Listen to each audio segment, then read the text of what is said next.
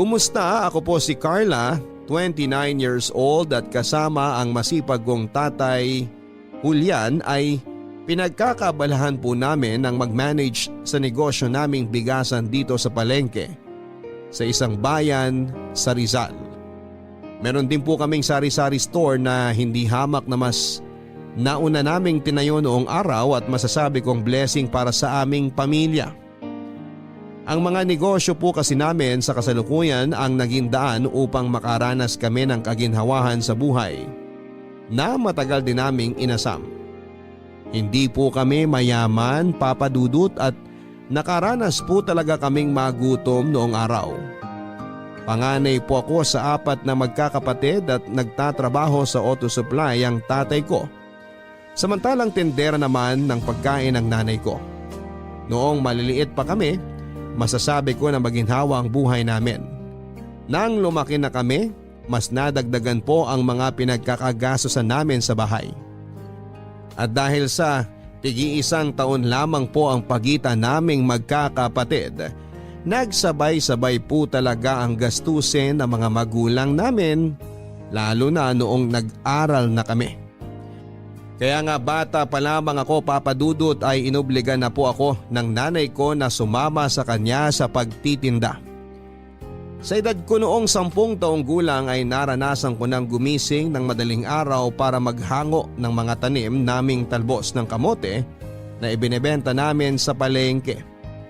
Naranasan ko ring mabilad sa araw at maulanan habang naglalako. At kahit na may pagkamahiyain ako ay nagagawa kong kapalan ang mukha ko para makabenta.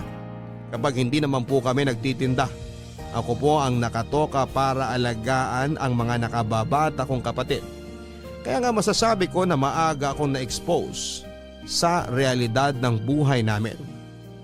Mulat po ako sa kahirapan at alam ko rin po ang pakiramdam noon.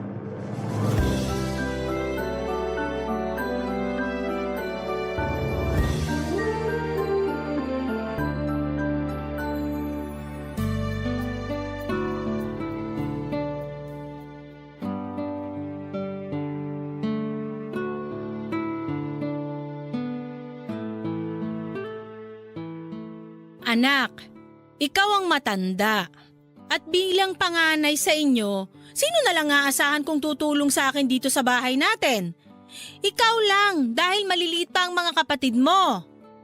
Ay, opo, Nay! Opo, nay ka dyan.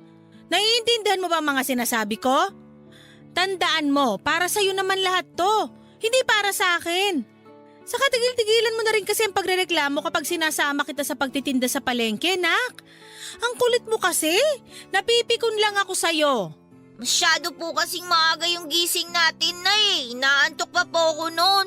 Aba, kailangan maaga ka magising para makabenta ka ng marami. Tandaan mo, daig ng taong maagap ang taong masipag. Sa pagnanegosyo, hindi ka dapat tanghali bumabangon. Ilang beses ko na bang sinabi sa iyo ang tungkol dyan? Hindi talaga pumapasok dyan sa kokote mo, no? Puro ka kasi laro. Pero di po ba kapag bata, dapat naglalaro naman talaga? Bata pa po ako, Nay. Hindi pa po ako matanda katulad nyo. Sinong matanda? 33 pa lang ako, no? 10 years old pa lang po ako. Dami talagang alam nitong batang to, oo. Kanino ka ba nagmana? Ay, baka po si tatay na yan. Pagbubuksan ko lang po siya ng pinto, Nay.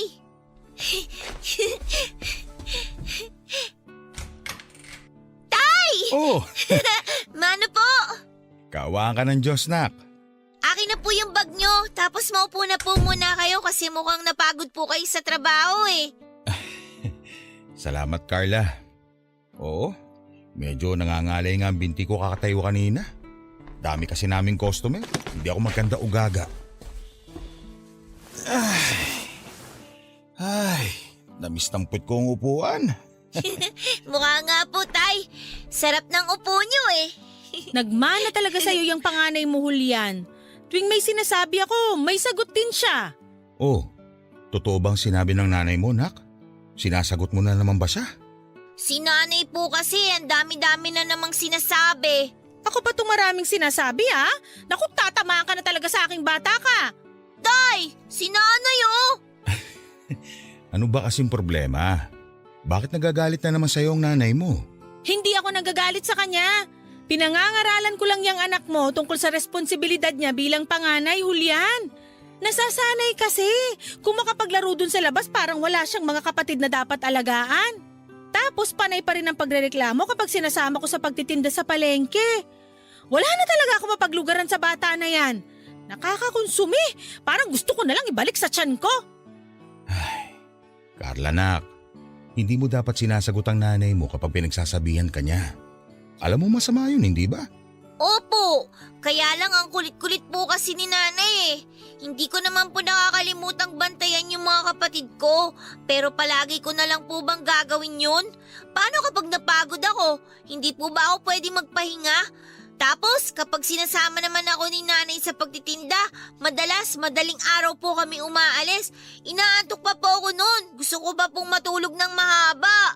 Sinasabi ko nga sa kanya na walang mararating ang mga tao na tanghali nang nagigising. Paano na siya niya naasenso sa buhay? Sige nga Carla, gusto mo bang matulad sa tatay mo na namamasukan lang? Oh, ba't bigla napunta sa akin? Ginagawa ko lang namang halimbawa yung trabaho mo, Julian, para mas maintindihan ng anak mo. Ang akin, kapag kasi nagkaroon ka ng sariling negosyo, ikaw ang amo. Hindi mo kailangan mamasukan. Kaya nga gusto ko habang bata pa yung si Carla, matuto na siyang dumiskarte sa buhay para naman umunlad siya pagdating ng araw. Ba't di niya ako tularan? Lahat ng pwedeng may benta basta legal, binibenta ko. Darating din tayo dyan, Mercy. Pero sa ngayon, huwag mo na lang muna obligahin ang anak mo kasi bata pa siya. Yan naman kasi ang hirap sa'yo. Imbis na sinusuportahan mo ko, kinukonsinti mo pa yung anak mo. Kaya tingnan mo, nagiging palasagot sa akin. Pambihira naman tong taong to. Sabi sa'yo, tay, grabe maner mo si nanay. Tapos paulit-ulit pa. Oo nga, kung pwede ko lang sagutin. Kaso pag ginawa ko yun, hahaba pang diskusyon namin. At anong pinag-uusapan niyo mag-ama dyan? Baka gusto niyong pag-untugin ko kayo. Wala po, nay. Siguraduhin niyo lang ha dahil pagbubuhulin ko talaga kayo.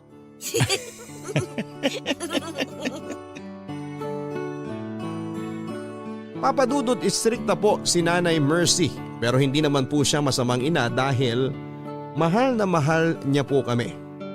Tubong Cebu siya at lumuwas lamang sa Maynila pagka-graduate ng high school para magtrabaho. Sa Maynila na rin po sila nagkakilala ng tatay Julian ko na galing naman ng Davao. At nang dumating na nga po kami ng mga kapatid ko sa buhay nila, napadpad kami sa Rizal at dito na tumira. Mataas po talaga ang pangarap sa buhay ng nanay ko at yon ay ang magkaroon kami ng sariling negosyo. Isa rin sa mga priority niya ay ang makatapos kami ng pag-aaral ng mga kapatid ko at magkaroon ng sarili naming bahay. Nangungupahan lang po kasi kami noong araw bago sila nakakuha ni tatay ng lupa sa isang squatters area na pinatayuan namin ng barong-barong. Palagi po sa aking sinasabi ng nanay ko na aasenso lamang ang isang tao kapag marunong siyang magnegosyo. Kaya nga bilib po talaga ako sa kanya dahil napakarami na niyang naitinda na tulad ng mga lutong ulam, karne ng baboy, gulay, isda at mga damit. Basta legal yan papadudot, hindi po inaatrasan ng nanay ko. Kaya lang halos lahat po yun ay panandalian lamang dahil inuutang lang niya ang puhunan. Lugi pa dahil sa pagbabayad lang sa mga inuutangan niya napupunta ang tubo. Pero sa kabila ng lahat ay hindi marunong sumuko ang nanay ko.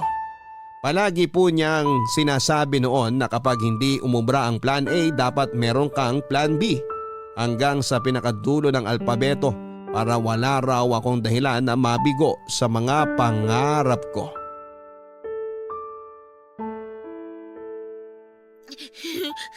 Anong iniiyak-iyak mo dyan? Pinapapasok lang kita, di ba? Masyado ka nang nawiwili sa kalalaro sa labas at nakakalimutan mo na mga gawaing bahay mo.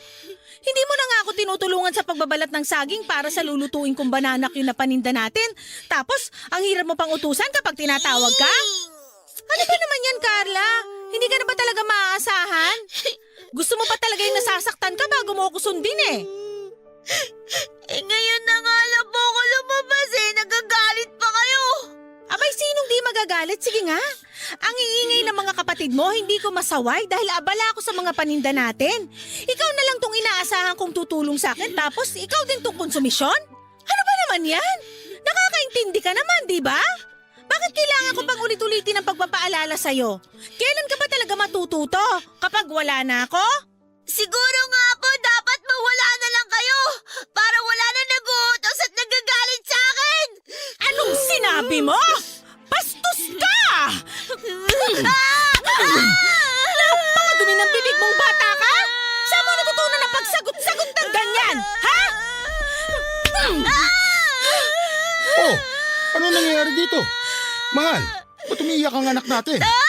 Bago mo kampihan yung batang yan, alam mo ba kung anong sinabi niya sa akin? Sana daw, mawala na lang ako para wala na rin nagagalit at nag-uutos sa kanya. Carla, totoo bang sinabi ng nanay mo? Alam mo masama yon. Ikaw na kumausap dyan sa anak mo, Julian, dahil baka lalo ko lang yan masaktan. Pambihirang buhay naman to. Ang gusto ko lang naman, tulungan niya ako rito sa bahay at sa pag-aalaga sa mga kapatid niya. Tapos sasagutin niya lang ako ng ganyan. Huminahon ka lang kasi muna, mahal. Hindi naman siguro sinasadya ni Carla ang mga sinabi niya. Anong hindi sinasadya? Kung ganon, paano niya nasabi yun ng dire-diretso at hindi kumukurap ang mga mata? Ay, nako.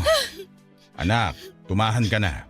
Mabuti pa, puntahan mo na lang muna yung mga kapatid mo at kakausapin ko lang ang nanay mo. Sige na. Opo, Tay. Pagsabihan mo talaga yung panganay mo, Julian! Dahil namumuro na sa akin yan! Mahal, naiintindihan ko na mali ang anak natin sa sinabi niya sa'yo. Pero hindi naman niya yung sinasadya. Siguro nadala lang siya ng sitwasyon kaya nakapagbitiw siya ng mga ganong salita. Intindihin mo na lang sana dahil bata pa siya. Ay, ewan ko sa'yo, Julian! Nasasabi mo lang yan kasi wala kang kaalam-alam sa mga pagod ko rito sa bahay. Kumpara naman kasi dyan sa trabaho mo, di hamak na doble, baka triple pa yung ginagawa ko rito. Hindi naman siguro tama na magbilangan tayo ng hirap, mahal. Pare-pareho lang naman tayo napapagod. Imbis na pairali natin ang init ng ulo, masabaan pa natin ang pasensya natin. Tayo-tayo lang din pamilya magtutulungan.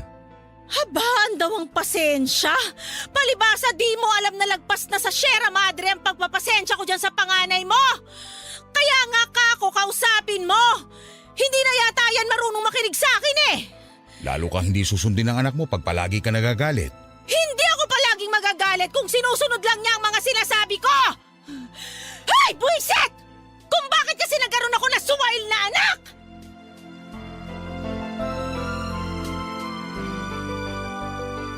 Hindi naman po talaga ako mabait na bata noon, Papa Dudut. Aminado ako na may pagkaswail din ako at palasagot. Kaya nga madalas ay nagiinit ang ulo sa akin ng nanay ko at napapalo niya ako. Siyempre dahil bata pa ako noon ay priority ko ang paglalaro kasama ang mga kapatid ko at hindi ang mga gawaing bahay o pagsama sa mga lakad sa tuwing nagtitinda siya. Kapag napapalo o napapagalitan niya ako ay nagtatampo po talaga ako ng husto, Papa Dudut. Naisip ko pa nga noon na ang unfair dahil bakit ko kailangang maranasan ang mga responsibilidad na yon sa buhay. Samantalang dapat ay nag-relax ako at naglalaro kagaya ng mga kapatid ko. Minsan ko na rin pong naitanong sa sarili ko noon na bakit kailangan kong maobligang magtrabaho samantalang maliit pa lamang ako. Sa isip ko ay hindi ba matatanda ang mga naghahanap buhay sa pamilya? Kaya hindi niyo po ako masisisi kung magtanim ako ng tampo at sama ng loob sa nanay ko. Para sa akin ay pinipwersa niya akong matutunan ng mga bagay na hindi ko pa naman dapat ginagawa noong bata ako.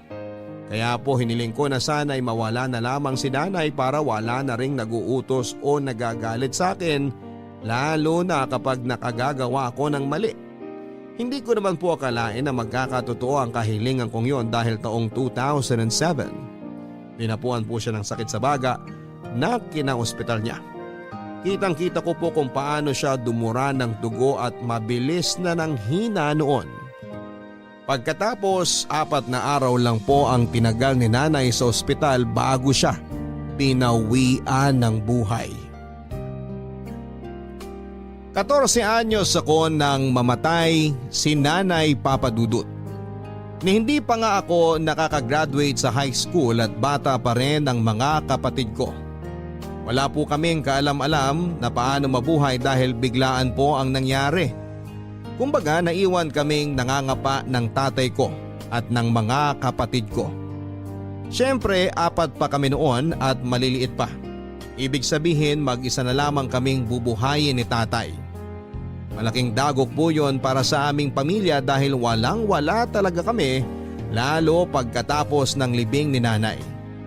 Bilang panganay, saksi po ako kung paanong umiyak habang hinahanap ng mga kapatid ko ang nanay namin. Samantalang si tatay naman kahit na anong tago niya sa mga luha niya. Naririnig ko pa rin ang hikbi niya tuwing gabi. Sa kabila ng lahat ay nagpatuloy pa rin po kami sa buhay. Kahit naman paano nandyan yung iba naming kamag-anak para alalayan kami upang makapagsimula ng paunti-unti. Dahil ako po ang nakakatanda, napilitan akong aralin ang pagiging nanay Papa Dudut para naman hindi kawawa ang mga kapatid ko. Naisip ko na hindi na yon bago sa akin dahil may karanasan na rin naman ako lalo noong buhay pa ang nanay ko. Natuto po akong tumayo sa sarili kong mga paa dahil kung hindi ko po yun gagawin, pare-pareho kaming pupulutin sa kangkungan. Nang mga panahon na yun ay tuluyan na rin pong sinolo ni tatay ang pagtatrabaho para mabuhay kami at mapag-aral. Laking pasalamat ko na lang po talaga sa Diyos dahil hindi niya po kami noon inabandona at pinagmalupitan katulad ng ibang bata lalo kapag nawawala ang isa sa mga magulang nila. Kaya nga mas naging ambisyosa pa ako Papa Dudut na masuklian ang pagsasakripisyo ni tatay para sa amin pagdating ng araw. Pero syempre hindi po naging madali ang pinagdaanan namin ng mga panahon na yon. Lalo nang sumapit ang trahedya na dala ng Bagyong Ondoy taong 2009. Hindi po matibay ang bahay namin, sa katunayan ay gawa lamang yon sa plywood, kalawanging yero at pinagtagpi-tagping lona. Literal po na pinatungan lang namin ng mga lumang gulong ang bubungan para hindi liparin ng malakas na hangin. Pero dahil sadyang mas malakas po ang maraming ulan na dala ng bagyo ay mabilis na tumaas ang tubig sa lugar namin, dahilan para umabot na yon sa mga kabahayan.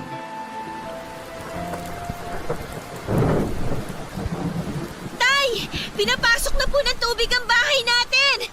Halika, tulungan mo ko ilagay itong damitan nyo sa mesa bago pa abutin ng baha. Ayan, Tay! Kaso, paano na po yan? Baha na rin po sa labas. At saka mukhang wala na pong planong tumigil ang ulan. Kaya nga dapat yung gawin ng mga kapatid mo, mag-ipake na kayo ng mga damit at gamit. Hindi na tayo pwedeng dumito sa bahay na to. Walang kasiguruhan kung kailan titigil ang bagyo. Pero, paano na lang po yung iba nating mga gamit? Yung mga uniform po namin, yung libro, tsaka yung mga notebook. Naku naman, yan ang nga bang sinasabi ko eh. Tingnan nyo tayo, basag-basa na po itong mga notebook ko sa school. Naku, yung mga sapatos po namin, Tay, pati yung mga bag. Ano ba naman yan? Uunahin mo pa ba yan kaysa sa pinagagawa ko sa'yo? Ano ba, Carla? Kailan ba makikinig sa mga sinasabi ko? Nakikinig naman po ako. Pero nanghihinayang din ako sa mga gamit ko na nabasa. Tay, kailangan po ba talaga nating umalis ng bahay? Wala tayong pagpipilian dahil hindi naman matibay ang bahay natin. Tingnan mo yung bubong sa bandang kusina. Halos bumigay na. Gusto mo ba talagang tuluyang bumagsak yun bago ka kumilos dyan? Eh kung bakit naman kasi kailangan pang bumagyo eh? Gawin mo na lang ang mga sinasabi ko kaysa magreklamo ka dyan. Importante ang bawat minuto. Huwag mo aksayahin. Sabihin mo na mga kapatid mo sa labas. Malamang sa lakas ng boses nyo, narinig na po nila. Yan ang nga ba sinasabi ko? Sa sobrang kalawangin ng yero natin, bumigay na. Teka nga, pupuntahan ko't baka may kung anong nabagsakan. Tay, ano ba? Bumalik nga kayo rito! Titingnan ko lang kung ano yung nabagsakan. Baka may maisalba pa ako. Ay, wish itong bagyo na to. Tay naman! Huwag na kasi kayo pumunta dyan! Hayaan nyo na lang po yung mga gamit natin dyan! Mas mahalaga na makalikas na tayo dito! Di ba? Sinabi nyo, importante ang bawat minuto! Kaya halina po kayo! Halina po kasi kayo! Diyos ko, sana naman humupa na ang bagyo. Sira na po ang bahay namin at basa na rin ang mga gamit namin. Saan na lang kami pupulutin ng mga anak ko pagkatapos nito? Tay, ano ba? Tara na po kasi! Wala na po tayong magagawa! Mas mahalaga po na makaligtas tayo kaysa naman pare-pareho po tayong malunod at mamatay! Nakahanda na po yung mga gamit na dadalhin natin. Inaantay na po tayo ng mga kapatid ko sa labas. Marami na rin po tayong mga kapitbahay na umalis sa mga bahay nila. Tayo na lang po yung nandito, Tay! Ipagdasal na lang po natin na sana huminto na rin ang bagyo at huwag na pong tumaas ang tubig. Dahil yun na lang po talaga ang magagawa natin sa ngayon. Sana nga anak. Kasi ito na lang bahay natin ang meron tayo. Huwag naman sana pati ito mawala pa rin sa atin.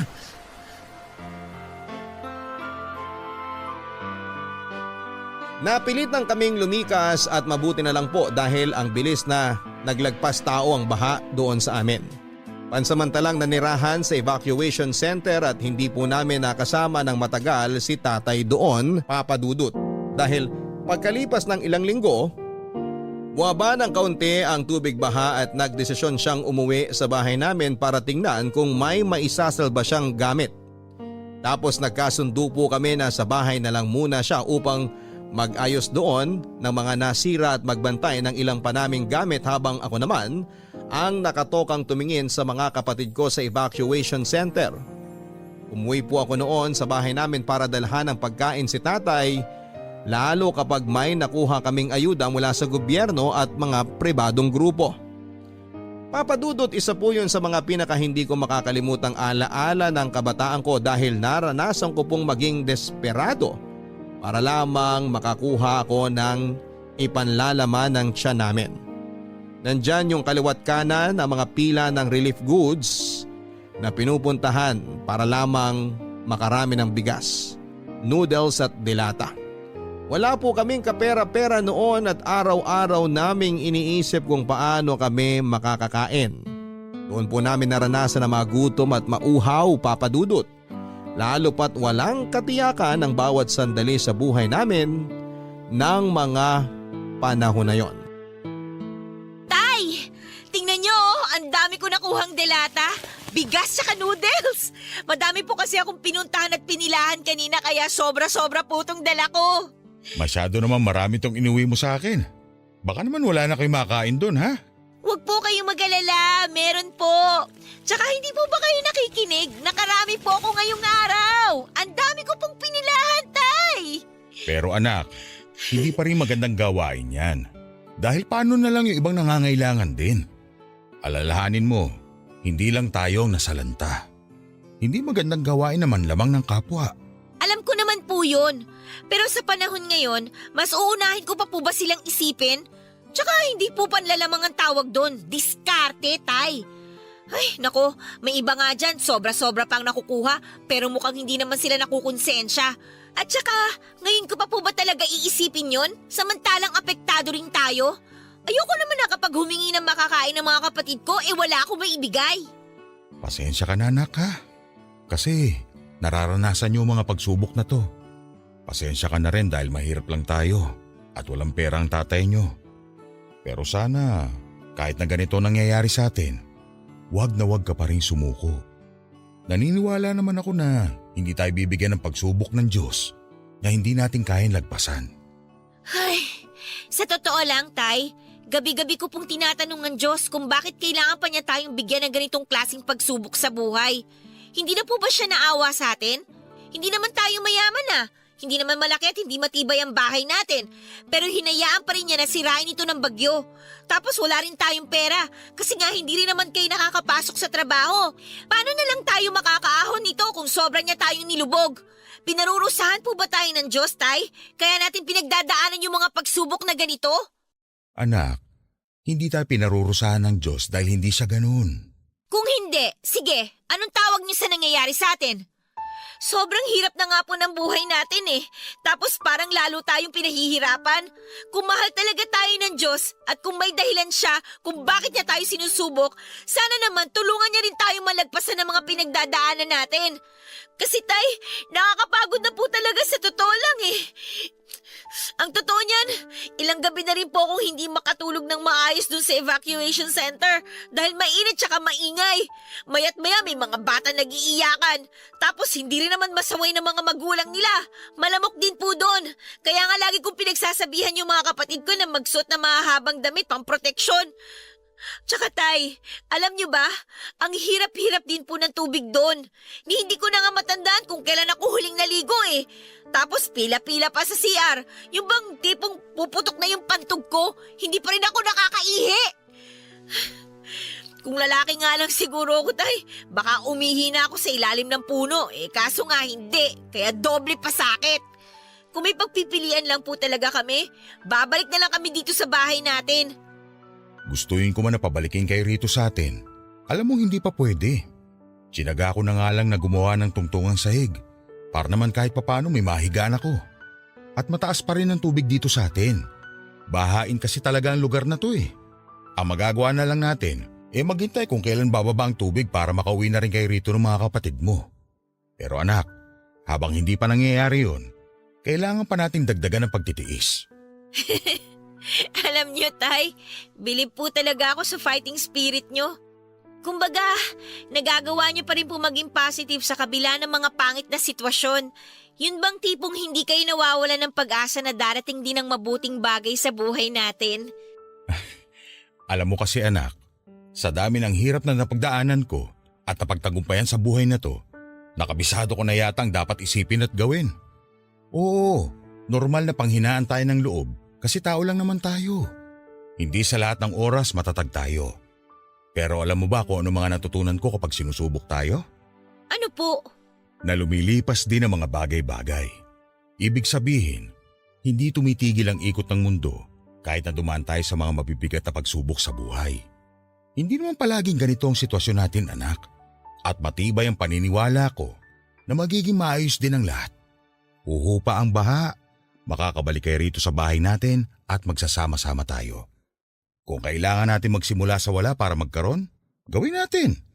Hindi tayo pwedeng sumuko ng hindi lumalaban.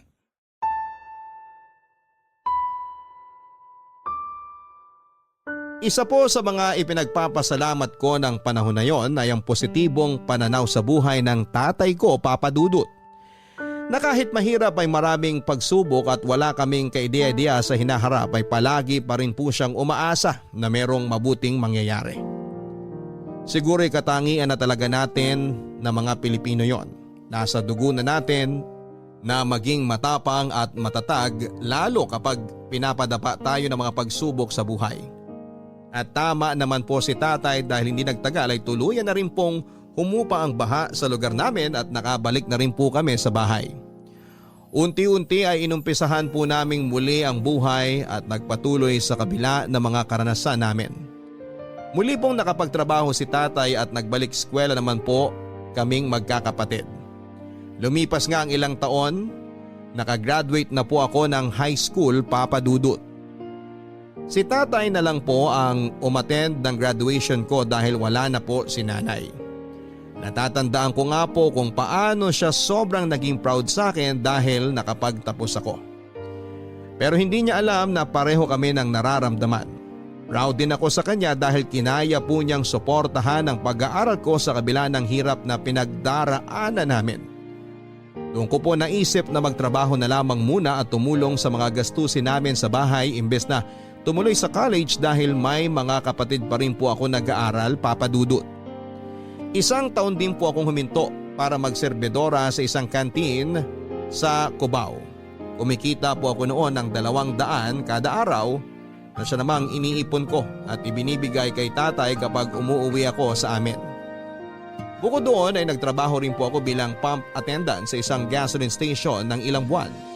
Taong 2011 ay nagdesisyon po si tatay na pag-aralin na ako sa kolehiyo. At kahit naiisipin na naman niya ang pang-tuition ko ay naging desidido po siya na matupad ang pangako niya kay nanay na pagtapusin kami ng pag-aaral. Kaya nga para may pansuporta sa mga gastusin ko sa school ay nag-alaga po si tatay ng baboy na siyang ibinebenta niya tuwing ika-4 na buwan, sakto sa pagsisimula ng bawat semestre noong nasa kolehiyo ako. Noong araw ay hindi pa naman po ipinagbabawal ang backyard piggery kaya hindi naman isyu ang pag-aalaga namin ng 1 hanggang 2 baboy papadudot. Bukod doon ay palagi namang pinapanatili ni tatay na malinis ang babuyan namin upang walang magreklamo sa baho na maaaring manggaling sa babuyan namin. Pagdating naman po sa kinakain ng mga alaga namin, bukod sa feeds na hindi namin kayang ibigay araw-araw kasi mahal, hinahaluan namin yon ng kaning baboy. Pero hindi po kami yung tipo na nangongolekta sa mga bahay-bahay dahil meron pong malapit na dam site sa lugar namin kung saan ay tinatapon ng basura mula sa mga restaurant at palengke. Sa maniwala kayo o sa hindi papadudot, naranasan ko pong sumama sa tatay ko para manguha ng pagkain ng baboy sa basurahan kung saan marumi, mabaho at madalas ay bilad po kami sa ilalim ng araw. May mga pagkakataon din po na hindi ko mapigilang mainggit sa mga alaga naming baboy dahil ang sasarap na mga pagkain nila na nakukuha namin sa dam site. Katulad na lamang ng manok, gulay at isda, tinapay at prutas at kung ano-ano pa. Doon ko rin po napatunayan na ang daming pagkain ang sinasayang ng mga taong may kakayahang bumili noon. Hindi nga nagtagal ay hindi na lang po yung mga alaga naming baboy ang kumakain ng mga pagkaing nakukuha namin sa dam site. Ipinanlalaman siya na rin po namin yon ng pamilya ko. Lalo kapag pwede pang piliin at hindi pa masyadong sira. Kung tawagin ay pagpag kung saan ay hinihimay namin ang karne at niluluto muli para ulamin. Hindi ko po ikakahiya ang karanasan namin yon, papadudot. Dahil kung hindi namin ginawa yun noong araw ay tiyak na mamamatay kami sa gutom.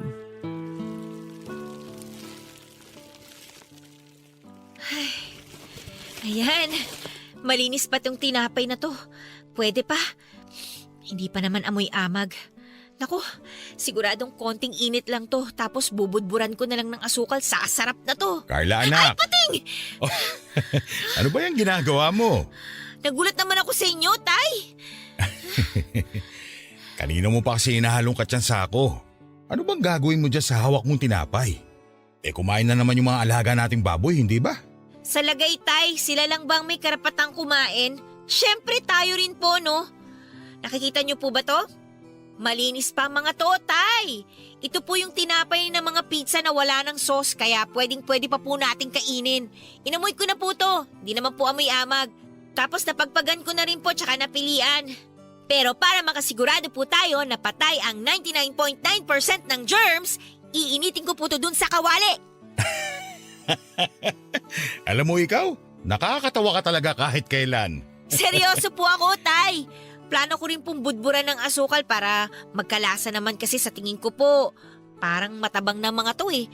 Ang tanong, meron po ba tayong asukal? Ang alam ko, may asukal na stick pa doon sa lagayan. Yung tigdudos. Ayun, sakto! Sigurado matutuwa ang mga kapatid ko nito dahil may almusal sila. Kahapon nakasimangot yung mga yun kasi nagkape lang sila eh. Partida ha, wala pang kalasa-lasa yung kinanaw nila dahil naubos na yung binili nating tingi sa tindahan. Pasensya na kayo, nak, ha? Pasensya naman po sa antay. Kasi sumasala tayo sa pagkain. Nararanasan yung magutom. Siguro kung may extra lang sana tayong pera, makakabili tayo ng sobra-sobra sa kailangan natin.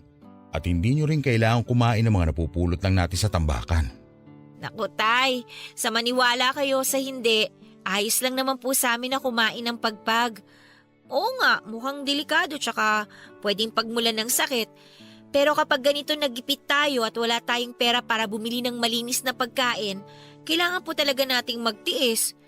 Tsaka, masarap naman po itong mga nakukuha natin sa tambakan eh. Kala lang ng iba marumi kasi dun nga galing. Pero hindi naman po ito hinahalo sa mga basura na nakokolekta sa mga bahay-bahay. Nakahiwalay naman po ito, di ba? Ibig sabihin, meant to be po talaga na ipanlaman tiyan. Salamat anak. Dahil naiintindihan yung magkakapatid ang hirap ng buhay natin. Dalangin ko na lang na sana maging ligtas sa anumang uri ng sakit ang mga pagkain na yan. Kung tutuusin, biyaya pa rin yan mula sa Diyos at dapat pa rin nating ipagpasalamat. Tama po kayo. Kapag po dumating yung araw na may kakayahan na po tayong bumili ng malinis na pagkain, hinding-hindi ko pa rin po makakalimutan ang lasa ng pagpag. At hindi ko rin po ikakahiya na sabihing naranasan nating kumain ito para may panlaman tiyan. Sana nga dumating yung araw na yon. Yun bang hindi na natin po problemahin kung saan tayo kukuha na makakain?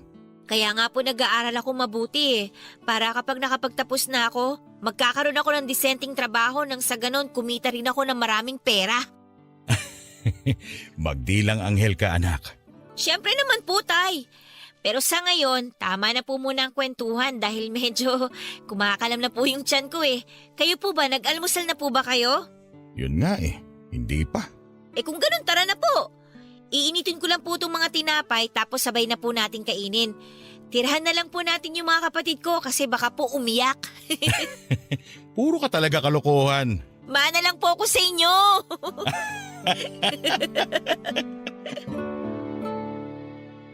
Nang mga panahon na yon ay hindi na kayang pagsabayin ni tatay ang pagtatrabaho niya sa auto supply shop at pag-aalaga ng baboy. Madalas na siyang napapagod at nagkakasakit kaya naisip niyang mag-resign na lamang upang matutukan ang munti naming kabuhayan. Pumapasok pa rin po ako noon sa school at para matustusan ang baon ko at pang araw-araw naming pambili ng pagkain, hindi na lamang pangunguhan ng kaning baboy ang ginagawa ni tatay sa tambakan, kundi nangangalakal na rin siya ng mga pwedeng ibenta sa junk shop, Papa Dudut.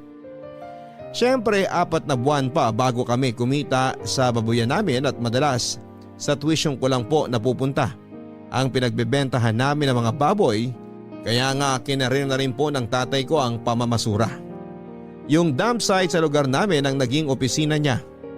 May pagkakataon pa nga na upang makarami siya ng kalakal, gabi pa lamang ay inaabangan na niya ang pagtatapon, Papa Dudut.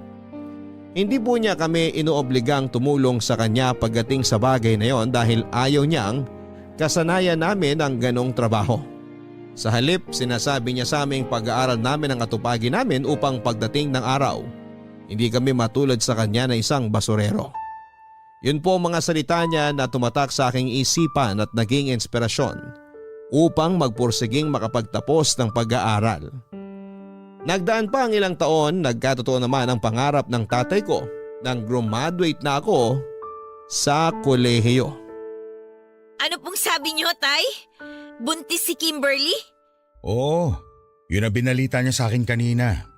Sabi niya, ako na lang din magsabi sa'yo. Aba, ayos din ah. Teka, nasa na ba yung babae na yan para masabunutan ko? Carla anak, bakit mo naman gagawin yun kay Kimberly?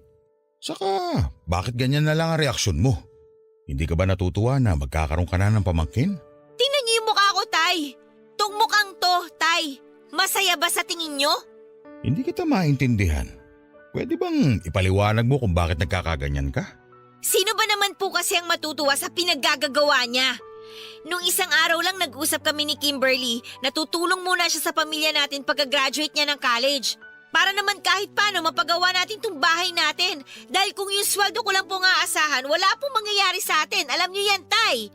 Tapos, bigla-bigla na lang sasabihin niya na buntis siya? O sige nga, nasan dun yung kasunduan namin na tutulong muna siya sa atin? Pero nak, nasa tamang edad na rin naman ang kapatid mo. Alam ko na alam niya na ang ginagawa niya. Hindi po ako naniniwala na alam na niya ang ginagawa niya. Kasi kung alam niya, edi sana naisip muna niya na mahirap ang buhay natin. Tapos ngayon, magdadagdag pa siya ng papakainin? Alam ko, Tay, pamangkin ko yung batang dinadala niya. Apo nyo, kadugo natin. Pero wala pa naman po siyang kakayahan at saka sapat na pera para tustusan ang mga gastusin sa pagpapalaki ng anak niya. Hindi pa nga siya nakakapag-apply ng trabaho eh. Nagpabuntis na kagad siya ilang linggo pagka-graduate niya. No, pakasarap niya talagang sa bunutan. Ay, nandyan na yan. Wala na tayong magagawa. Hindi naman pwedeng ipalaglag ng kapatid mong anak niya dahil konsensya niya yun. Sino po bang may sabi na dapat ipalaglag yung baby? Siyempre ang ending, tatanggapin pa rin naman po natin yung bata dahil nandyan na nga, di ba? Tay, ang sa akin lang... Ang akin lang naman, sana man lang naisip niya yung pamilya natin at yung buhay natin. Kasi sa nakikita ko, gusto lang tumakas ni Kimberly sa responsibilidad bilang anak niyo kaya nagpabuntis siya. Tay, kahit saang anggulo niyo tingnan, ang unfair nun. Palagi na lang po ba na tayong dalawang mag-a-adjust? Sorry kung ganito po ako mag-isip kasi ang buong akala ko, matutulungan na niya ako para mapaayos tong bahay natin. Kaso mukhang mali pala ako. Naiintindihan kong pinanggagalingan mo, nak. Hindi mo kailangang humingi ng sorry. Kayo ba, Tay? Ayos lang ba talaga sa inyo na basta na lang binalita ni Kimberly na buntis siya? As in, ayos lang sa inyo? Hindi man lang ba kayo nainis o nadismaya? Aaminin ko, nalungkot ako. Pero hindi ko kayo pwedeng obligahin ng gampanan ng responsibilidad na ayaw nyo, anak. Kung totoo nga na tinakasan ng kapatid mo ang obligasyon niyang tumulong para maipaayos ang bahay natin, hayaan na lang natin siya. Dahil buhay naman niya yun. Sana hindi na lang siya nangako kung hindi naman niya kayang tuparin. Ikaw din. Kung napapagod ka na, wala namang kaso kung hindi natin maipaayos ang bahay. Alam ko marami ka na rin sinakripisyo para sa pamilya natin. Kung gusto mong bitawan na yung responsibilidad para mapagtuunan mo ang sarili mo, gawin mo, nak. Ayokong obligahin ka sa mga bagay na hindi mo na gusto. Choice ko na po to, Tay. Ibig sabihin, ginusto ko to. Ang kailangan ko lang, tulong mula sa mga kapatid ko. Dahil kung ako lang, kung tayo lang, hindi po natin kaya. Tsaka gano'n naman ang pamilya, di ba? Nagtutulungan, walang iwanan. May mga bagay sa buhay na nangyayari na lang basta-basta, pero hindi ibig sabihin wala yung dahilan. Anak, pwede nating isipin na parte lang to ng mga plano ng Diyos sa atin. Palagi na lang po bang plano niya? Paano naman po yung mga plano natin? May mga pagkakataon na higit na mas mabuti ang kanya kesa sa atin. Palagi mo yung tatandaan. Hindi man natin maintindihan ang mga plano niya sa ngayon, naniniwala naman akong hindi niya ibibigay kung hindi sa atin ukol. Ipagpasa Diyos na lang natin ang lahat sa ngayon para mapanatag ang kalooban natin.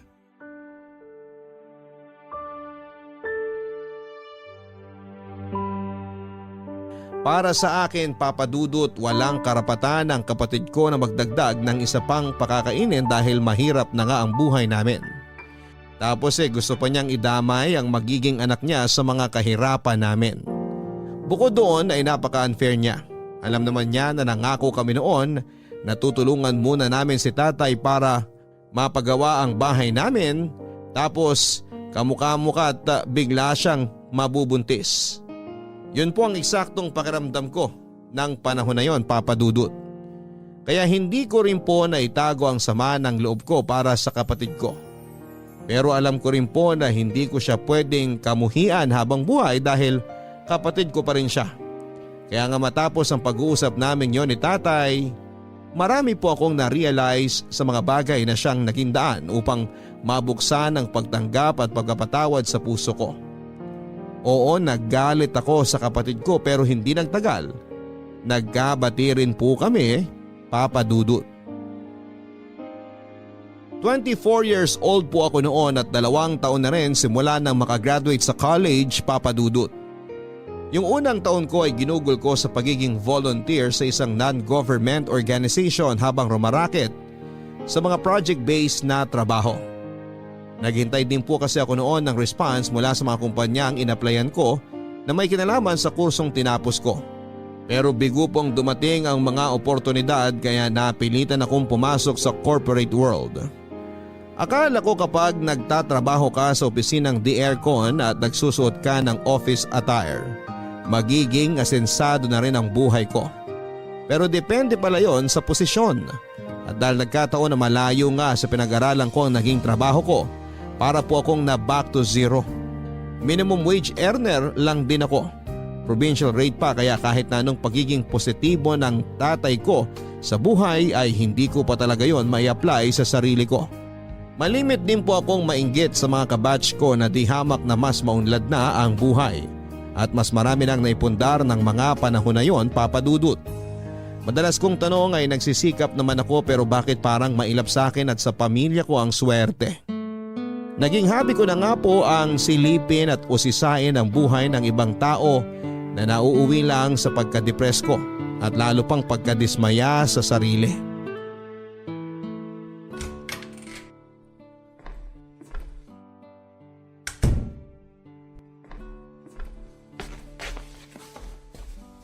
Mano po, Tay? Kaawaan ka ng Diyos, nak. Ay, Tay. Sumweldo na po pala ako pero baka po kulangin ang maibibigay ko kasi hindi ko na naman na kumpleto yung cut-off eh. Yun po kasi yung nagkasakit ako tsaka umabsent ako ng ilang araw. Pasensya na po kayo ah. Wala namang kaso yun. Hindi mo naman kontrolado ang sitwasyon. Kung hindi lang po sana ako nagkasakit, di hindi rin ako absent. Buwisit talaga tong katawan na to. Kung kailan dapat maging malakas tsaka manghihina. Anak, ano ba yung pinagsasabi mo? Bakit ganyan mo na lang sisihin ang sarili mo? Ano po magagawa ko kung pakiramdam ko kulang na kulang pa rin ang lahat ng effort ko? Nakakainis naman po kasi eh. Kung sana naging mas matalino lang ako o kaya naging mas maganda, baka may narating na ako sa buhay. Kaso hindi. Ganito lang ako, sakto lang. Hindi malas pero mas lalong hindi rin swerte. Alam nyo, mabuti pa yung mga classmate ko nung college. Mga asensado na sa buhay ngayon. Yung iba nga nakakabili na ng bahay tsaka lupa. May kotse na tsaka pa-travel-travel na lang. Samantalang ako, eto, nagtitiis sa kakarampot na kita at nagpapakamatay sa ka-OOT para madagdagan ng sweldo. Wala rin akong ipon. Hindi pa rin matapos-tapos ang pagpapagawa ng bahay. Bubong pa lang, kulang na kulang pa. Ano ba namang klaseng buhay to? Siguro ito na nga yung karma ko kasi naging masamang bata ako nung araw eh. 'Di ba? Hiniling ko na sana mawala na si nanay. Tapos nangyari nga. Tay, pakiramdam ko akong pumatay sa kanya eh. Alam mong hindi totoo yan. Walang gabi simula nung mamatay si nanay na hindi sumagi sa isip ko na kasalanan ko ang lahat, Tay. Hindi kasi ako nakikinig sa kanya tapos sinasagot-sagot ko pa siya. Kaya ngayon, eto, pinarurusahan na ako ng Diyos dahil naging masamang anak ako sa inyo ni nanay noon. Hindi totoo yan. At hindi rin ako naniniwala na pinarurusahan ka ng Diyos. Carla anak, oo, maagang kinuha sa atin ang nanay mo. Namatay siya pero hindi mo kasalanan yun. Wala sa atin na may kontrol ng mga mangyayari. Anong malay natin? Hanggang dun na lang talaga ang ilalagi ng nanay mo sa mundo. Kaya nga po nagsisisi na ako ng gusto. Kung kaya ko lang ibalik ang nakaraan, hindi na ako magiging suwail na anak. Minsan, tinatanong ko yung sarili ko, galit kaya sa akin si nanay? Hindi galit sa'yo ang nanay mo. Alam ko yun dahil kilala ko siya. Mahal na mahal ka niya. Kayo ng mga kapatid mo. Kaya wag na wag mong iisipin ang bagay na yan. Sa katunayan, alam ko rin na sobrang proud siya sa'yo anak. Kasi kahit wala na siya, nagtapos ka pa rin ng pag-aaral. Tinupad mo pa rin yung kaisa-isa niyang pangarap para sa'yo at sa mga kapatid mo. Kahit na mahirap, inalagaan at binantayan mo pa rin ang pamilya natin. Ikaw na yung nagsilbing nanay sa mga kapatid mo kahit na bata ka pa lang noon. Carla, hindi ko to madala sabihin pero para sa akin, ikaw yung pinaka-the best kong anak. Tay, baka naman kapag nalaman ng mga kapatid ko na may favoritism ka, baka magtampong mga yon. Pantay-pantay ang pagmamahal ko sa inyo. Namin ang nanay nyo. Nagkataon lang na espesyal yung sayo. Kasi mas mabigat yung responsibilidad at papel na ginagampanan mo para sa pamilya natin. Salamat sa Diyos kasi nagkaroon kami ng anak na kagaya mo. Kaya wag na wag mo na ulit mamaliitin ang sarili mo. Dahil kung susumahin, malayo-layo na rin ang nararating mo, nak. Pakatandaan mo, may takdang panahon ng lahat ng bagay sa buhay natin para magkatotoo. Kung naunang mangyari yun sa iba, hindi yun nangangahulugan na napag-iiwanan ka na. Naiintindihan mo ba? Opo, Tay. Oh, bakit ka naman umiiyak? May nasabi ba akong hindi mo nagustuhan? Lahat po ng sinabi nyo, nagustuhan ko kaya nga po ko naiiyak eh. Salamat, Tay, ha, sa pagpapaalala sa akin na lumaban at magpatuloy. Lalo kapag ganito na nakakaramdam ako ng lungkot at pagod. Alam nyo, kapag kayo yung nagsasalita, nawawala talaga yung pag-aalala ko. Gumagaan po yung dibdib ko. Ito talagang anak ko. Halika nga't yayakapin ka ng tatay. Ang laki-laki na, iyakin pa rin. Tahan na. Tayo naman eh.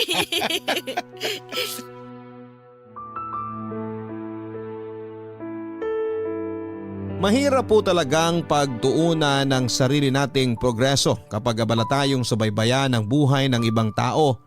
Yun po ang ipinarealize sa akin ng tatay ko, Papa Dudut.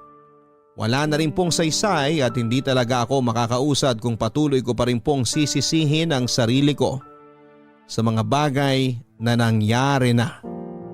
Totoo po na hindi natin kontrolado ang mga pagsubok na ibinabato sa atin ng buhay. Pero wala rin po tayong hindi kakayanin basta kasama natin ang Diyos. Kaya nga kahit mahirap, malubak ang daanan, masalimuot at mabagal, gumigising po ako sa araw-araw dala-dala ang matibay na paniniwala na darating ang takdang panahon na magbubunga rin ang lahat ng sakripisyo namin. Nasa ganun po kaming phase ng buhay namin nang maalala ko ang lahat ng itinuro sa akin ni Nanay Papa Dudut tungkol sa pagninegosyo at diskarte. Kaya agad-agad ay nagtayo po kami ni tatay ng sari-sari store mula sa maliit na puhunang na itabi ko sa mga sweldo ko. Iniwasan po talaga namin ang magsimula sa utang dahil mahirap umasenso kapag ganon. Kaya kahit maliit ang tubo namin sa aming tindahan, mas mabuti na yon kesa mapunta lamang sa pagbabayad utang sa ibang tao. Hindi nga nagtagal, Papa Dudut. Nagkaroon ng trabaho ang iba ko pang kapatid at namuhunan din po sila sa muntin naming tindahan. Tapos ay dumami rin po ang mga binibenta naming goods at lumaki na rin po ang kinikita namin sa pang-araw-araw. Nagpatuloy pa po ang magandang karera namin sa pagninegosyo sa paglipas ng mga taon. Tulong-tulong po kami ng pamilya ko kaya mas naging magaan ang bawat trabaho. Unti-unti ay naipaayos namin ang pangarap na bahay ng mga magulang namin. Nakabili kami ng mga gamit sa bahay na wala noong kabataan namin. Bukod doon ay hindi na rin po kami sumasala sa pagkain at panatag na kami dahil may pera na kaming madudukot sa panahon ng pangangailangan. Ay, alam nyo, Tay, kahit na nagka-pandemic, maayos pa rin po ang kita natin sa bigasan. Oo nga, hindi masyado malaki katulad nung dati, tsaka madalas balik puhunan lang. Pero kumikita pa rin kahit paano. Patunay lang yan na hindi pa rin tayo pinababayaan ng Diyos. Hayaan mo, nak. Naniniwala naman ako na pagagalingin niya ang mundo natin. Mawawala rin tong pandemya at babalik din ang lahat sa normal. Ako rin po, naniniwala na magkakatotoo ang mga sinabi ninyo. Kasi proven and tested na basta kayo nagsalita eh. Nagkakatotoo po talaga. Puro ka naman kalokohan. Uy, hindi po kalokohan ang tawag doon, Tay, ha? Kumpiyansa. Pero alam nyo, dapat naman po talaga tayo magpasalamat sa Diyos, Tay, eh. Kasi bukod sa palagi tayong ligtas sa mga sakit, lalo na po kayo, malaki po talaga yung naitulong niya para matupad po yung mga pangarap natin sa buhay. Kasi tingnan nyo, naging successful yung mga negosyo natin, naipaayos na natin yung bahay, nakabili tayo ng mga gamit, tsaka nakakapag-secure na rin po tayo ng pera sa bangko na pwede nating dukutin kapag nangailangan tayo. Kung susumahin, malayo na po tayo dun sa dating tayo na mahirap, na isang kahig at isang tuka at nakaranas magutom. Tama kayo nung sabihin nyo na lahat ng bagay may tamang panahon. Madalas, naiinip tayo kasi minamadali natin ang resulta ng mga sakripisyo natin sa buhay. Pero wala naman punla na itinanim na kagad tutubo sa mismong araw rin na yun. Lahat ng bagay sa mundong to dumaraan sa proseso. Nakikita ng Diyos sa mga sakripisyo natin sa buhay. Naririnig niya ang mga panalangin natin. Huwag lang tayong mainip dahil ibibigay niya pa rin ang inaasam ng puso natin sa tinaktang araw na dapat itong magkatotoo.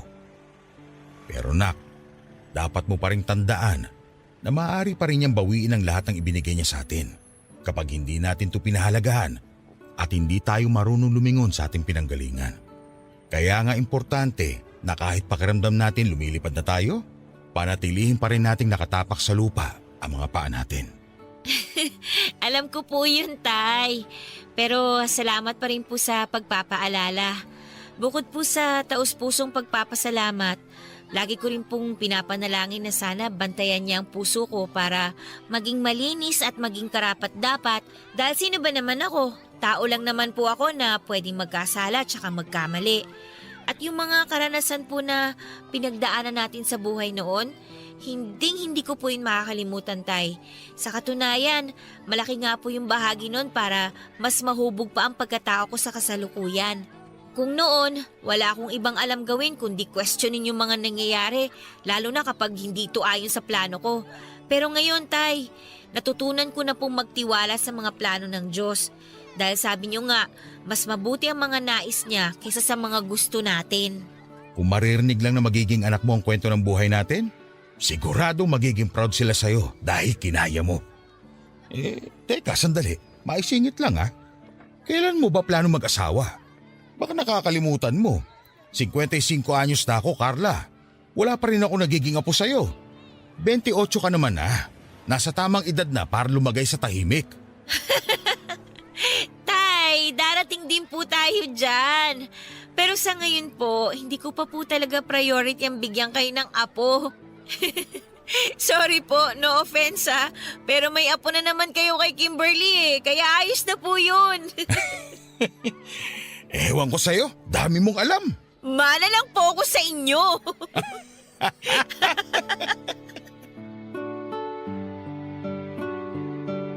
Papadudot walang hanggan ang pagpapasalamat namin ng pamilya ko sa Diyos dahil hindi niya po kami pinabayaan lalo noong panahon na higit namin siyang kailangan. At kahit na marami kaming pagsubok sa buhay na pinagdaanan, alam namin na wala kaming hindi mapagtatagumpayan basta kasama namin siya. Ito po ang eksaktong pakaramdam ko sa ngayon na sana ay magbigay din ng inspirasyon at pag-asa sa ating mga kabarangay na dumaraan din sa mga mabibigat na pagsubok sa kani-kanilang buhay. Palagi po nating tandaan na huwag nating tuparin ang mga pangarap natin ng mag-isa. Palagi po nating isasama ang Diyos at sigurado lalo niya tayong pagpapalain at bibigyan ng mga pagtatagumpayan. Sa kasalukuyan ay masayang-masaya po ang pamilya namin at nagpapasalamat ng gusto sa mga biyaya at pagpapala na natatamo namin sa buhay na ito. At kahit na may pinagdaraanan tayong pandemya, hindi pa rin po kami nawawala ng pag-asa na isang araw ay gagaling din ang mundo.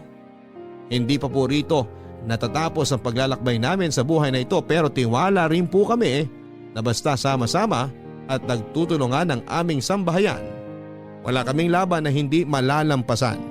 At ang masasabi ko lang ay araw-araw po tayong lumalaban dahil meron po tayong dahilan at meron tayong pangarap na gustong matupad.